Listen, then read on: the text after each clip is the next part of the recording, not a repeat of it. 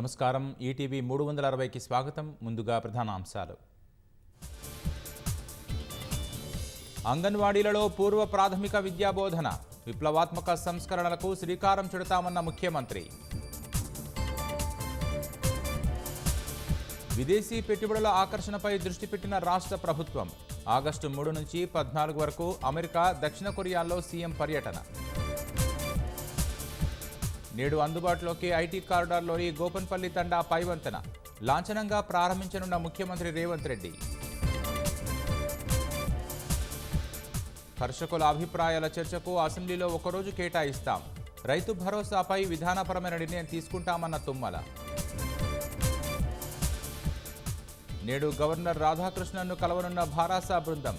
Party ఫిరాయింపులు, నిరుద్యోగుల అంశంపై వినతిపత్రం అందజేత. బంగ్లాదేశ్లో తారాస్థాయికి రిజర్వేషన్ల వ్యతిరేక ఆందోళనలు. 100 దాటిన మృతులు. దేశంలో కర్ఫ్యూ విధించిన సర్కార్. అధ్యక్ష ఎన్నికల బరి నుంచి వైదొలగాలన్న యోచనలో జో బైడెన్. కమలా హ్యారిస్కు విజయావకాశాలు ఎక్కువని డెమోక్రాట్ల భావన. పాలస్తీనా భూభాగాల్లో ఉన్న ఇజ్రాయెల్కు ఐసీజే ఘాటు సందేశం. పాగా చట్టవిరుద్ధమని, త్వరలో ముగింపు పలకాలని స్పష్టీకరణ.